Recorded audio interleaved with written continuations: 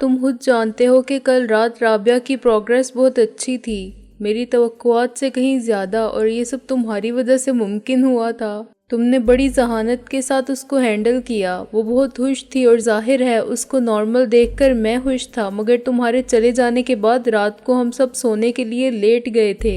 معلوم نہیں کیا ہوا، اس نے چلانا شروع کیا۔ ڈاکٹر صاحب، میں نروس ہو رہا ہوں۔ میں نے کہا، یہ بتائیے وہ ٹھیک تو ہے نا؟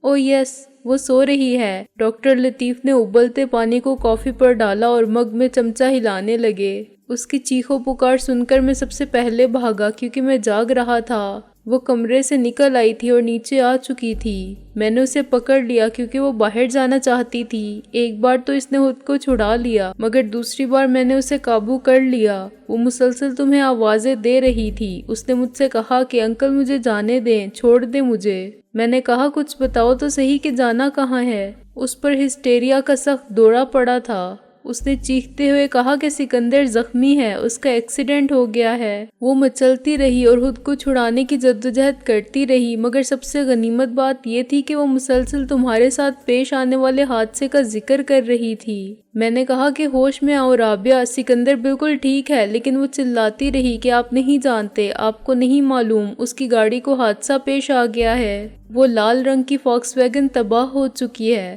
میں کچھ دیر پتھر کا بت بنا بیٹھا رہا۔ یہ رات کتنے بجے کی بات ہے ڈاکٹر صاحب؟ وقت میرا خیال ہے 1:30 یا 2 بجے کی بات ہوگی۔ ڈاکٹر لطیف نے کافی کا مگ میری طرف بڑھایا۔ پھر تو وہ ٹھیک ہی کہہ رہی تھی۔ میں نے بے خیالی میں مگ پکڑ لیا۔ کیا مطلب؟ ڈاکٹر لطیف نے مجھے غور سے دیکھا۔ کل رات تقریباً اسی وقت میں ایک حادثے کا شکار ہوا تھا۔ میں نے کہا، میں تو بچ گیا تھا لیکن گاڑی مکمل طور پر تباہ ہو گئی تھی۔ رابعہ نے خواب دیکھا تھا یا کچھ اور بات تھی؟ آپ ڈاکٹر بھی ہیں اور ماہر نفسیات بھی، خود سمجھ سکتے ہیں۔ ہاں، اس جذباتی کیفیت کے مختلف نام ہیں، ڈاکٹر لطیف نے کہا۔ ASP، جذبات کی ہم آہنگی، خیالات کی فریکوینسی کا ایک ہو جانا، ٹیلی پیتھی۔ مگر میڈیکل سائنس اس کی وضاحت نہیں کر سکتی کہ ایسا کیوں ہوتا ہے۔ میرے اپنے پیشہ ورانہ تجربے میں یہ کوئی پہلا کیس نہیں ہے۔ ہر ڈاکٹر کا واسطہ کبھی نہ کبھی ایسے حالات سے پڑتا ہے، اور عام لوگوں کے مشاہدے میں ایسے واقعات آتے رہتے ہیں جن کی منطقی توضیح ممکن نہیں۔ میں اس چکر میں پڑتا بھی نہیں کیونکہ میرا فیلڈ سائیکالوجی ہے، پیرا سائیکالوجی نہیں۔ رابعہ کی ذہنی کیفیت نے وقتی طور پر مجھے پریشان کر دیا تھا۔ مجھے ڈر تھا کہ کہیں یہ رد عمل کا رد عمل تو نہیں۔ یہ بھی ایک چکر ہوتا ہے۔ اب تم نے جو کچھ بتایا ہے وہ میری سمجھ میں آ رہا ہے، اور مجھے امید ہے کہ تم کو زندہ اور صحیح سلامت دیکھ کر رابعہ کے ذہن پر خوشگوار اثر ہوگا، وہ پھر نارمل ہو جائے گی۔ کیا ابھی وہ نارمل نہیں ہے؟ میں نے ڈرتے ڈرتے پوچھا۔ نہیں، صبح تک میں نے اس کو بہت اسٹرانگ انجیکشن دے کر سلائے رکھا تھا، ڈاکٹر لطیف نے کہا۔ عموماً 6 سے 8 گھنٹے تک سکون آور دواؤں کا اثر رہتا ہے، لیکن ذہن زیادہ ڈسٹرب ہو تو 3-4 گھنٹے میں ہی بے چینی شروع ہو جاتی ہے۔ میں نے دوبارہ انجیکشن دیے۔ دوپہر کے بعد اس کو ہوش آنے لگا تو میں نے اسے سنبھلنے کا موقع دیا۔ شام کو اس نے کچھ کھایا اور مجھ سے بات کی تو مجھے اندازہ ہوا کہ گڑبڑ ہو گئی ہے۔ وہ تمہارے بارے میں ہی پوچھتی رہی کہ سکندر کا کیا حال ہے، کیا وہ زیادہ زخمی ہوا ہے۔ میں نے اسے بہت سمجھایا کہ سکندر کو کچھ بھی نہیں ہوا ہے اور وہ بالکل خیریت سے ہے، مگر اس نے میری ایک نہیں مانی۔ کہنے لگی کہ انکل مجھ سے کچھ چھپانے کی کوشش مت کریں، مجھے سب معلوم ہے کہ اس کی گاڑی حادثے میں ختم ہو گئی ہے۔ خدا کے لیے مجھے بتا دیں کہ سکندر کون سے ہسپتال میں ہے، میں اسے دیکھنا چاہتی ہوں۔ میں نے ہر ممکن طریقے سے اسے قائل کرنا چاہا، لیکن وہ بضد رہی کہ میں جھوٹ بول رہا ہوں اور اس کو ہسپتال لے جانا نہیں چاہتا۔ رفتہ رفتہ اس کی کیفیت میں پھر جنون کے آثار عیاں ہونے لگے۔ وہ رونے لگی کہ سب نے مجھے قید میں ڈال رکھا ہے، میرا ہمدرد کوئی نہیں بتاتا کہ سکندر زندہ ہے یا مر گیا ہے۔ مر گیا ہے تب بھی مجھے بتا دو کہ مجھے قرار آ جائے، یا میں بھی مر جاؤں۔ زندہ ہے تو مجھے ایک بار اس کی صورت دکھا دو، اسے میری ضرورت ہے، میں اسے بچا لوں گی۔ بس ایک پاگل پن کا دورہ تھا جس میں ایک بے بنیاد خیال نے یقین کی شکل اختیار کر لی تھی۔ شام تک اس کا رونا دھونا زیادہ ہو گیا اور تم بھی نہیں آئے تو وہ چلانے لگی کہ دیکھا، سکندر ٹھیک ہوتا تو یہ کیسے ہو سکتا تھا کہ وعدہ کر کے نہ آئے۔ بس میاں، جب اس کی حالت تمہارے نہ آنے سے بگڑنے لگی تو میں نے پھر وہی کیا جو میں کر سکتا تھا۔ میں نے اس کو زبردستی انجیکشن دے دیا اور بے ہوش کر دیا۔ سارا قصور میرا ہے، لیکن میں کیا کرتا، میں خود پھنس گیا تھا۔ میں نے خالی مگ کو سنک میں رکھ دیا۔ میں نے کوشش کی تھی کہ غالب کے ذریعے تم سے رابطہ قائم کروں، ڈاکٹر لطیف نے کہا۔ 7 بجے تک تو وہ اخبار کے دفتر پہنچا نہیں تھا۔ 8:30 بجے پتہ چلا کہ وہ ذرا سی دیر کے لیے آ کر چلا گیا۔ کیا اب میں اس سے مل سکتا ہوں؟ میں نے کہا۔ اگر مقصد دیکھنا ہے تو جاؤ دیکھ لو، ڈاکٹر لطیف نے کہا، لیکن بات کرنا چاہتے ہو تو ابھی مشکل ہے۔ وہ صبح تک سوتی رہے گی کیونکہ تمہارے آنے سے کچھ دیر پہلے ہی میں نے اس کو دوسرا انجیکشن دیا تھا۔ یہ نیند نہیں ہے جس سے اس کو جگایا جا سکے۔ اگر اس نے آنکھیں کھولیں تب بھی اس کا ذہن تو بیدار نہیں ہوگا۔ تم صبح 9 بجے آ جاؤ تو یہ ہو سکتا ہے کہ میں رابعہ کو ذہنی اور جسمانی طور پر اس ملاقات کے لیے تیار رکھوں اور وہ تم سے بات کرتے ہوئے اپنے ہوش و حواس میں ہو۔ یہ بہت ضروری ہے سکندر کہ وہ ایک حقیقت کو عقل و شعور کے ساتھ تسلیم کرے کہ تم زندہ اور بالکل صحیح سلامت ہو، اور اسے یقین آئے کہ جو کچھ اس نے سوچا تھا وہ خواب تھا اور گزشتہ دن کے واقعات اسی خواب کا حصہ تھے۔ وہ پوری طرح ہوش میں نہیں ہوگی تو تمہیں سامنے پا کر بھی سمجھتی رہے گی کہ آنکھیں اسے دھوکہ دے رہی ہیں۔ میں سمجھتا ہوں کہ تمہاری صحت اور سلامتی کا یقین رابعہ کی موجودہ ذہنی کیفیت کو ختم کر سکتا ہے۔ اس یقین کے بغیر شاید دوائیں اور علاج، میری تسلی اور ہمدردی کے الفاظ اور ماحول کی موافقت سب بیکار ہوں گے۔ وہ تم کو چھو کر تمہارے مادی وجود کو تسلیم کرے گی تو اس کے ذہن میں بیٹھا ہوا خوف خود بخود دور ہو جائے گا۔ اس خوف سے رابعہ کو صرف تم نجات دلا سکتے ہو، صرف تم سکندر۔ میں صبح 9 بجے آؤں گا ڈاکٹر انکل، میں نے کہا۔ اس وقت آپ کو جو زحمت ہوئی، اور شٹ اپ، میں ایسی فضول رسمی گفتگو سے الرجک ہوں، ڈاکٹر لطیف نے کہا۔ تم نے آ کر بہت اچھا کیا۔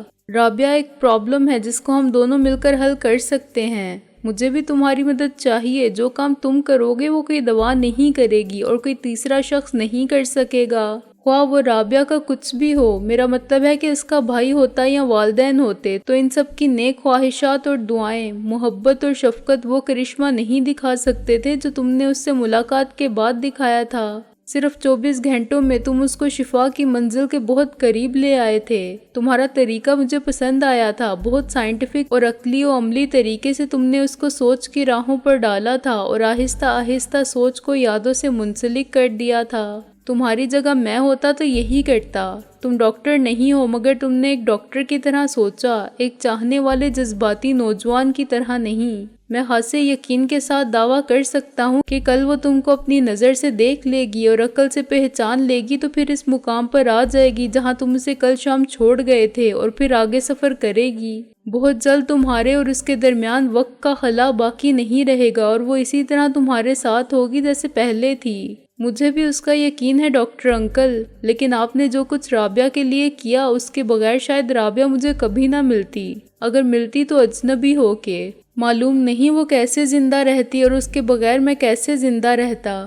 آپ کے احسان کا بدلہ میرے شکریہ کے الفاظ نہیں ہو سکتے۔ کسی بھی ڈاکٹر کے لیے شکریہ کے الفاظ میں خوشی نہیں، اس کی کامیابی ہی اسے خوشی دیتی ہے، ڈاکٹر لطیف نے کہا۔ وہ کسی ایک مریض کو زندگی اور صحت کی خوشی دیتا ہے تو محسوس کرتا ہے کہ اس کے نامہ اعمال میں خدا نے ایک چھوٹی سی نیکی ضرور لکھ دی ہوگی۔ یہ نیکی ایک صدقہ جاریہ کی طرح عاقبت تک ساتھ دیتی ہے۔ جب رابعہ ٹھیک ہو جائے گی اور میں تم دونوں کو خوش اور شاد باد دیکھوں گا تو یہ ایک دائمی مسرت ہوگی جو مجھے حاصل رہے گی۔ تمہاری زندگی کی ہر خوشی، تمہاری کامیابی، تمہارے بچوں کی خوشحالی، جو کچھ بھی میں دیکھوں گا اس میں یہ خیال شامل ہوگا کہ خدا نے مجھے رابعہ کو صحت دینے کی توفیق عطا نہ کی ہوتی تو یہ سب کہاں ہوتا۔ ایسی نہ جانے کتنی خوشیاں ہی میری زندگی کا وہ اندوختہ ہیں جس پر میں فخر کر سکتا ہوں۔ یہ مال و دولت تو اسمگلر اور چور ڈاکو بھی کما لیتے ہیں لیکن وہ سب انہیں نہیں ملتا جو مجھے ملا۔ خیر اب تم جاؤ ورنہ میں بولتا رہوں گا اور صبح ہو جائے گی۔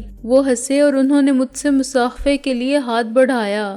مجھے موش کی چیک پوسٹ سے بے خوف و خطر گزارنے کے لیے وہ گیٹ تک میرے ساتھ بھی رہے۔ واپسی پر سواری کا ملنا مشکل ہوگا، یہ بات مجھے یہاں آنے سے پہلے ہی معلوم تھی، چنانچہ میں نے انتظار کیے بغیر مارچ شروع کیا۔ چل چل رے نوجواں، اونچی تیری شان، مجھے ایک بہت پرانا فلمی گانا یاد آیا جو میں اور محسن ایسے ہی حوصلہ آزما مواقعوں پر گاتے تھے۔ عاشق صادق کی واپسی، ناکام و نامراد، دیار یار تک نصیب نہ ہوا اور خیر سے بدھو گھر کو آئے۔ مگر بھائی عشق میں تو یہی ہوتا ہے، جوتیاں چٹکانے میں مجنوں کا ریکارڈ قائم ہے، جو صحرا میں نہ جانے کتنا پھرا۔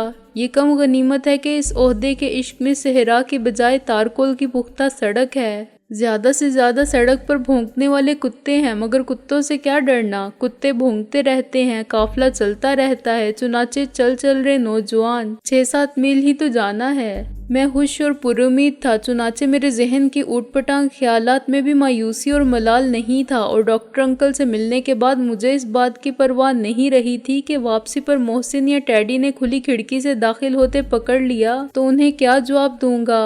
میں ان کو دندانے شکن جواب دینے کا حوصلہ رکھتا تھا۔ ابھی میں 1 میل بھی نہیں چلا تھا کہ مجھے مسافت کے طویل ہونے کا احساس کچھ شرمندہ کرنے لگا۔ پہلی حماقت تو میں نے گھر سے نکل کے کی تھی، مگر اس سے کچھ فائدہ ہو گیا۔ یہ دوسری حماقت تھی کہ میں واپس چل پڑا۔ اگر ڈاکٹر لطیف سے کہہ دیتا کہ صبح تک ٹھہر جاتا ہوں تو کیا وہ انکار کرتے؟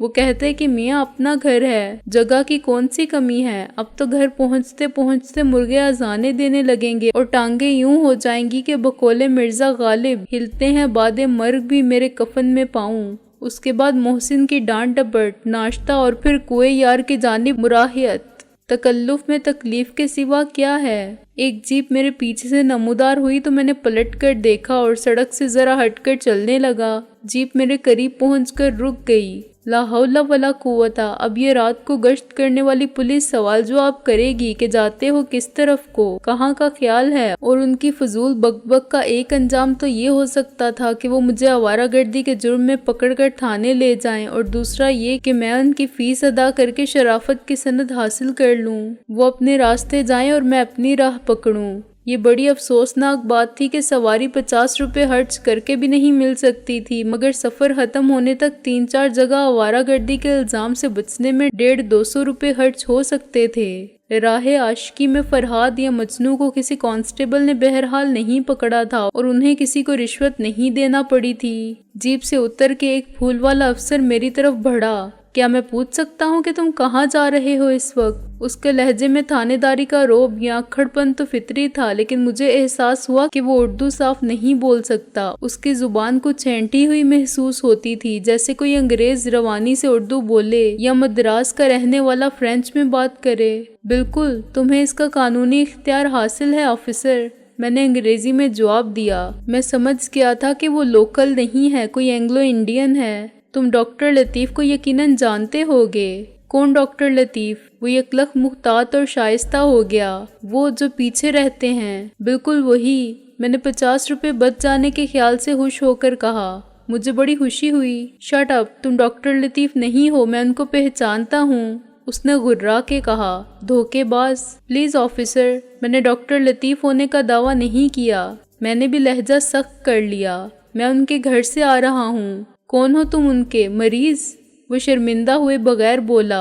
وہ تو پاگلوں کا علاج کرتے ہیں، کیا تم فرار ہوئے ہو؟ نہیں، میں کسی کو دیکھنے گیا تھا، اور جسے میں دیکھنے گیا تھا وہ پاگل نہیں ہے، میں نے کہا۔ تمہارا اپنا گھر کہاں ہے؟ ڈاکٹر لطیف کو چھوڑو، وہ بدتمیزی سے بولا۔ نام کیا ہے تمہارا؟ اپنی شناخت کرا سکتے ہو یا میں لے جاؤں؟ ضرور لے جاؤ، ڈاکٹر لطیف کا گھر زیادہ دور نہیں ہے، وہ مجھے شناخت کر کے تمہیں مطمئن کر سکتے ہیں، میں نے کہا۔ میں پاگل نہیں ہوں کہ آدھی رات کو انہیں جگاؤں، صرف یہ پوچھنے کے لیے کہ وہ تم کو پہچانتے ہیں یا نہیں۔ کسی شریف آدمی کے لیے خود کو شریف ثابت کرنا مشکل نہیں ہوتا، وہ بولا۔ تم اپنا نام تک نہیں بتا رہے ہو۔ اب اس کے لہجے میں دھمکی بہت واضح تھی، اور جیپ میں سے ایک رائفل برادر کانسٹیبل بھی اتر کے سامنے آ گئے تھے۔ میں نے محسوس کیا کہ ڈاکٹر لطیف کا حوالہ دے کر میں نے اپنے لیے مشکل پیدا کر لی ہے۔ ڈاکٹر لطیف مجھے صرف اسی صورت میں پہچانتے جب میں اپنا نام سکندر بخت بتاتا اور اصل نام بتاتا، تو اس بات کا امکان تھا کہ ASI جو مجھے صورت سے نہیں پہچان سکا تھا، نام سے فوراً پہچان جائے، پھر وہ مجھے ڈاکٹر لطیف کے پاس کبھی نہ لے جاتا۔ اتنے بڑے کارنامے کو عطیہ قدرت جانتا اور مجھے زندہ یا مردہ افسرانے بالا کی خدمت میں پیش کر کے سرخرو ہو جاتا، ترقی اور تعریفی سند پاتا اور انعام کا مستحق ٹھہرتا۔ اصل نام بتانے میں بہت خطرہ تھا، چنانچہ میں نے ظاہری سکون کے ساتھ مسکراتے ہوئے کہا، آئی ایم سوری، میں سلیم جوزف ہوں۔ تم کرسچن ہو؟ اس کے لہجے میں رونما ہونے والی تبدیلی نے مجھے حوصلہ دیا۔ کیا کرتے ہو؟ مشن ہائی اسکول میں سائنس پڑھاتا ہوں، MSc BA ہوں، میں نے کہا، اس لیے سیکنڈ ہینڈ ماسٹر بھی ہوں۔ کون سے مشن اسکول میں؟ وہ بولا، یہاں لاہور میں؟ نہیں، راول پنڈی کے مشن اسکول میں نے کہا، راجہ بازار کے پاس فوارہ چوک کے قریب ہے۔ وہ مجھے معلوم ہے۔ اس کی دلچسپی اور ماتحت کانسٹیبل کی بیزاری بڑھ گئی۔ کانسٹیبل انگریزی میں ہونے والی گفتگو سے کوئی نتیجہ اخذ کرنے میں مصروف تھا کہ اچانک ملنے والا افسر کا یار ہے یا کچھ اور معاملہ ہے۔ کب سے ہو تم وہاں؟ بہت سینئر ہوگے۔ ہاں، تقریباً 7 سال سے ہوں، میں نے کہا۔ مجھ سے پہلے میرے والد تھے۔ 7 سال پہلے میں نے مشن اسکول راول پنڈی سے ہی میٹرک کیا تھا۔ مجھے تمہاری صورت دیکھی ہوئی نہیں لگتی، وہ بولا۔ میری ساری محنت جو میں نے اس اینگلو انڈین کا ہم مذہب بن کے رعایت حاصل کرنے کے لیے کی تھی ضائع ہونے لگی۔ میں نے جھوٹ کی گرتی ہوئی دیوار کو سہارا دینے کی جدوجہد میں کمی نہیں آنے دی۔ وہاں اور بھی ٹیچر تھے اور اس وقت میں نیا تھا۔ میں نے کہا، جو کچھ تم نے بتایا ہے اس کا کوئی ثبوت دے سکتے ہو؟ وہ بولا، یہاں کس کے پاس ٹھہرے ہو؟ میں نے ایک ایسے علاقے کا نام لیا جہاں بہت سے معزز کرسچن رہتے تھے اور اپنا ایک بھائی ایجاد کیا جو انجینئرنگ یونیورسٹی میں لیکچرار تھا، لیکن میں دیکھ رہا تھا کہ اس کا شک بڑھ رہا ہے۔ معلوم نہیں ایسا کیوں ہوا، وہ بہت کایا شخص تھا۔ غالباً اس نے تاڑ لیا کہ میں خود کو کرسچن ظاہر کرنے کے لیے اسے بے وقوف بنا رہا ہوں اور اپنی جان چھڑانا چاہتا ہوں۔ ایک جھوٹ کے لیے مجھے دوسرے جھوٹ کا سہارا لینا پڑا، پھر تیسرا جھوٹ بولنا پڑا۔ آہستہ آہستہ جھوٹ کا یہ جال میرے لیے وبال جان بننے لگا۔ میں نے محسوس کیا کہ میں خود اپنے جال میں گرفتار ہونے لگا ہوں۔ کسی نہ کسی مرحلے پر میرا ایک جھوٹ ہر جھوٹ کا راز فاش کر دے گا۔ اس سے کہیں بہتر ہوتا کہ میں 150 کا نذرانہ دے کر نکل جاتا، لیکن خود کردہ را علاج نیست۔ ASI اب مجھے بخشنے پر آمادہ نظر نہیں آتا تھا۔ تم کو میرے ساتھ چلنا ہوگا، وہ بولا۔ تم مجھے مطمئن نہیں کر سکے۔ تم میرے ساتھ چل کے میرے بھائی سے پوچھ سکتے ہو، میں نے کہا اور ذہنی طور پر مقابلے کے لیے تیار ہو گیا۔ میں اس علاقے میں گشت پر ہوں، تمہارے ساتھ کیسے جا سکتا ہوں؟ وہ بولا۔ لیکن تم اپنے بھائی کو تھانے بلوا سکتے ہو، اس کے گھر میں فون تو ہوگا۔ نہیں، فون تھا، زیادہ بل آنے کے بعد کٹ گیا، میں نے کہا۔ بہت افسوس کی بات ہے کہ تم اپنے اسکول کے ایک ٹیچر۔ شٹ اپ، اس نے ایک دم ریوالور نکال لیا۔ تم وہاں ٹیچر نہیں ہو، اگر ہو تو مجھے بتاؤ ہیڈ ماسٹر کون ہے وہاں اب؟ 7 سال پہلے کون تھا؟ دوسرے سب ٹیچرز کے نام بتاؤ جو تمہارے ساتھ تھے۔ اس ریوالور کے سامنے تو مجھے اپنا نام بھی یاد نہیں آئے گا انسپیکٹر، میں نے ہاتھ اٹھا کے کہا۔ ابھی تک وہ مجھ سے چند قدم کے فاصلے پر کھڑا ہوا تھا، لیکن مجھے اس کا نام دیکھنے کا موقع نہیں ملا تھا۔ ہم ایک اسٹریٹ لائٹ سے کافی فاصلے پر تھے اور قریب کے کھمبے پر کوئی بلب نہیں تھا۔ تھوڑی بہت روشنی صرف میرے چہرے پر پڑ رہی تھی۔ وہ خود روشنی کی طرف پیٹھ کیے کھڑا تھا۔ نام کا چھوٹا سا بیج اس کی جرسی پر لگا ہوا تھا، نیلے پلاسٹک کی آدھی انچ سے بھی کم چوڑی اور 3 انچ لمبی پٹی پر انگریزی کے سفید حروف بھی اندھیرے میں تھے۔ اس نے ریوالور ہلا کے مجھے جیپ کی طرف بڑھنے کا اشارہ کیا۔ میں نے صورت پر مظلومیت، دکھ اور بے بسی، احساس ذلت اور برہمی کے جذبات طاری کیے اور آہستہ سے ایک قدم جیپ کی طرف بڑھایا۔ دوسرے لمحے میں نے پیچھے کی طرف ٹانگ گھمائی اور میرے جوتے کی ایڑی سب انسپیکٹر کی کلائی پر لگی۔ اس کے ساتھ ہی میں نے کانسٹیبل کو کھینچ لیا اور اس کی گردن پکڑ کر جھٹکا دیا۔ وہ کلا بازی کھا کے آگے گیا اور اس کی رائفل وہیں گر گئی۔ میں نے غوطہ مار کے رائفل اٹھائی اور ڈنڈے کی طرح گھمائی۔ اس کا بٹ سب انسپیکٹر کے شانے سے ذرا نیچے لگا۔ اگر وار اس کے سر پر پڑتا تو شاید اس کی کھوپڑی چٹک جاتی۔ وہ بھی ریوالور سے محروم ہو چکا تھا، مگر میں نے نہیں دیکھا تھا کہ میری کک سے اڑ جانے والا ریوالور کدھر گیا تھا۔ رائفل کا بٹ پڑتے ہی وہ نیچے گرا اور اس نے چلا کر جیپ میں بیٹھے ہوئے ڈرائیور کو گالی دی۔ شوٹ ہم باسٹرڈ، گولی مار دو اس کو۔ اس کی دوسری گالی میرے لیے تھی۔ پہلا کانسٹیبل اتنی دیر میں پھر اپنے پیروں پر کھڑا ہو گیا تھا۔ اس نے مجھ پر حملہ کرنے کی بے وقوفی کی۔ اس نے اپنے افسر کا حکم سنا تھا، مگر یہ نہیں سمجھا تھا کہ حکم کسے دیا گیا ہے۔ وہ خود رائفل کے بغیر مجھے کیسے شوٹ کرتا؟ بدحواسی میں وہ میرے سامنے آ گیا۔ اس وقت ڈرائیور نے نشانہ لے کر گولی چلائی۔ ڈرائیور بالکل مطمئن گاڑی کا انجن سٹارٹ رکھ کے بیٹھا تھا اور اسے بالکل امید نہ تھی کہ انگریزی بولنے والے میں اچانک خوفناک جنگ چھڑ جائے گی۔ اس نے رائفل نکالنے میں کچھ دیر ضرور کی مگر وہ بدحواس نہیں ہوا۔ وہ اپنی جگہ پر بالکل محفوظ تھا اور اپنے افسر کے حکم کی تعمیل کرتے ہوئے مجھے آسانی سے گولی مار سکتا تھا۔ وہ کیسے جان سکتا تھا کہ اس کا اپنا ساتھی گولی کے راستے میں آ جائے گا؟ گولی مجھ پر حملہ کرنے والے کانسٹیبل کو لگی۔ 303 کی رائفل کے دھماکے سے اور کانسٹیبل کی چیخ سے رات کا سکون درہم برہم ہو گیا۔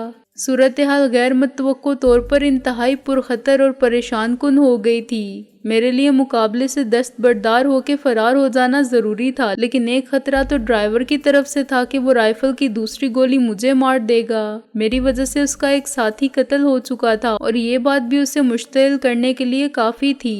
دوسرا خطرہ سب انسپکٹر کی طرف سے تھا۔ اس نے ضرور دیکھا ہوگا کہ ریوالور کس سمت میں گیا تھا۔ وہ ریوالور تلاش کرنے میں کامیاب ہو گیا تو مجھے کبھی فرار نہ ہونے دے گا۔ کانسٹیبل گولی لگنے کے بعد گر گیا تھا مگر ASI اٹھ رہا تھا کہ میں اس پر جا گرا۔ میرا گرنا میرے کام آیا۔ ڈرائیور نے اپنی رائفل سے جو دوسری گولی چلائی تھی وہ میرے سر کے اوپر سے گزر کے نہ جانے کدھر گئی۔ پھر میں نے سب انسپکٹر کو اٹھا لیا اور ڈھال بنا لیا۔ اس کے دونوں بازو کمر کے پیچھے لاک کر کے میں نے اسے سامنے رکھا اور چلا کر کہا، چلاؤ چلاؤ گولی، مار دو اس کتے کو بھی۔ ڈرائیور نے اتنی دیر میں نشانہ لے لیا تھا مگر یہ بھی دیکھ لیا تھا کہ نشانہ کون بنے گا۔ سب انسپکٹر نے خود کو چھڑانے کے لیے بہت کوشش کی لیکن میں اسے دھکیلتا ہوا آگے لے گیا۔ بیچارہ ڈرائیور جیپ سے باہر کھڑا ہوا اپنے آفیسر کی بے بسی کا نظارہ کرتا رہ گیا اور خود بھی بے بس ہو گیا۔ پولیس میں ریوالور صرف افسروں کو ملتے تھے، چنانچہ گشت کرنے والی پارٹی کے باقی 2 ارکان کے پاس وہی گوروں کے وقت کی رائفلیں تھیں۔ نیچے اترنے والے کانسٹیبل کی رائفل میدان کارساز میں اس کے قریب لیٹی ہوئی تھی۔ ڈرائیونگ کرنے والے کانسٹیبل نے اپنی رائفل پیچھے کہیں رکھی ہوگی۔ ضرورت پڑتے ہی وہ بھی جنگ میں کود گیا تھا لیکن اس کی بہادری نے اپنے ہی شکست کا سامان کیا تھا۔ ایک خالی ہاتھ شخص 3 مسلح افراد پر غالب آ چکا تھا اور یہ ان کے لیے ڈوب مرنے کا مقام تھا۔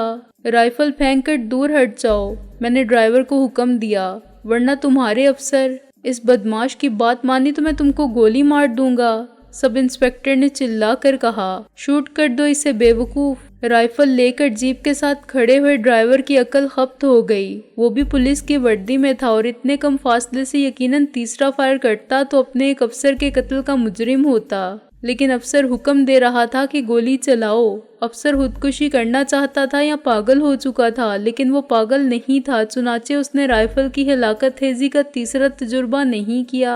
اسی وقت سب انسپکٹر نے ثابت کیا کہ اس کا حکم غلط نہیں تھا۔ یکلخت میں نے خود کو فضا میں بلند ہوتے محسوس کیا، پھر میں سخت زمین پر گرا۔ ایک پل میں مجھ پر یہ حقیقت عیاں ہو گئی کہ سب انسپکٹر بھی جوڈو کراٹے کے داؤ پیچ جانتا ہے اور اس نے میرے ہاتھوں گرفتاری پر بے بسی کا مظاہرہ صرف اس لیے کیا تھا کہ وہ مناسب موقع کے انتظار میں تھا۔ ادھر لاؤ رائفل، سور کے بچے۔ میں نے سب انسپکٹر کی آواز سنی اور ایک کلا بازی کھا کے اٹھا۔ تیسری گولی جو سب انسپکٹر نے چلائی تھی اس جگہ زمین میں گھس گئی جہاں 1 سیکنڈ پہلے میں کھڑا تھا۔ میں نے دونوں دشمنوں کو مساوی فاصلے پر دیکھا اور کانسٹیبل کا انتخاب کیا۔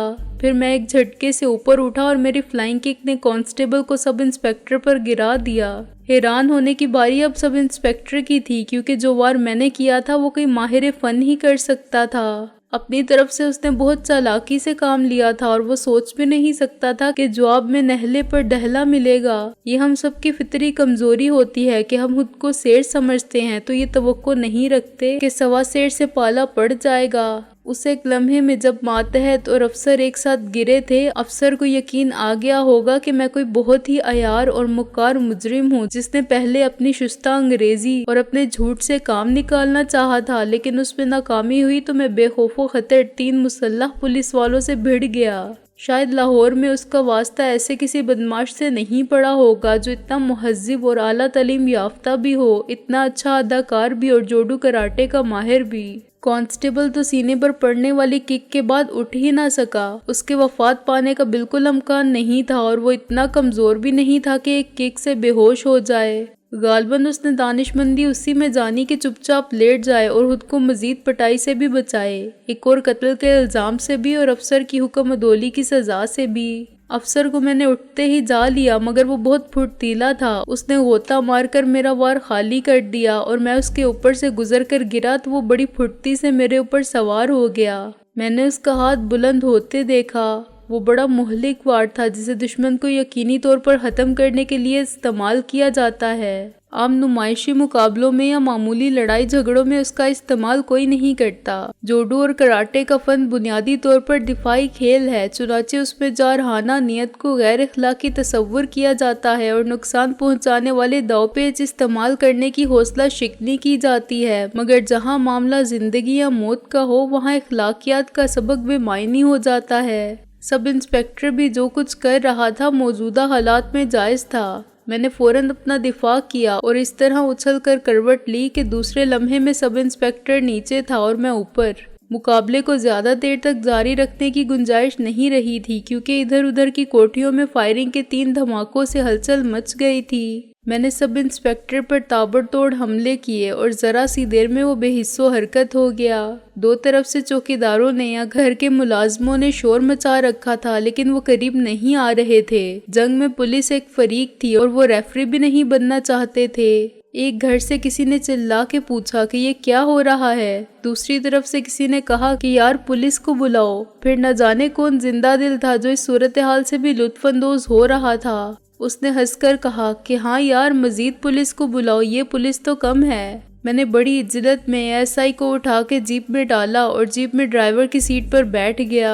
جیپ کا انجن ابھی تک چل رہا تھا، اسے گیئر میں ڈالتے ہی میں نے ایکسلریٹر کو دبا دیا۔ جیپ ایک دم بھاگی، اسی وقت نہ جانے کدھر سے ریوالور کی ایک گولی آئی اور جیپ کے پیچھے لگے ہوئے 10 لیٹر پیٹرول کے چیری کین میں لگی۔ رات کی خاموشی میں فائر کی آواز سے میں نے اندازہ کر لیا کہ گولی اشاریہ 4-5 کے سروس ریوالور سے چلائی گئی تھی جو ملٹری آفیسر کے پاس ہو سکتا تھا یا پھر پولیس اور رینجرز وغیرہ کے پاس۔ ان میں سے کسی نے مجھے فرار ہوتے دیکھا تھا اور فرش شناسی کا مظاہرہ کرتے ہوئے روکنے کی کوشش کی تھی، اسے جزوی طور پر کامیابی ہوئی۔ گولی ٹائر یا پیٹرول ٹینک میں لگتی تو میں اتر کر بھاگنے پر مجبور ہو جاتا۔ چیری کین میں سوراخ ہوتے ہی پیٹرول نے آگ پکڑ لی تھی اور جیپ کے پچھلے حصے میں شعلے بھڑکنے لگے تھے۔ بہنے والا پیٹرول جیپ کی کینوس پر بھی گرا تھا اور سڑک پر بھی پھیلتا جا رہا تھا، لیکن اس کے خالی ہونے تک پوری جیپ کا آگ کی لپیٹ میں آ جانا یقینی تھا۔ مگر جیری کین اچانک پھٹ گیا،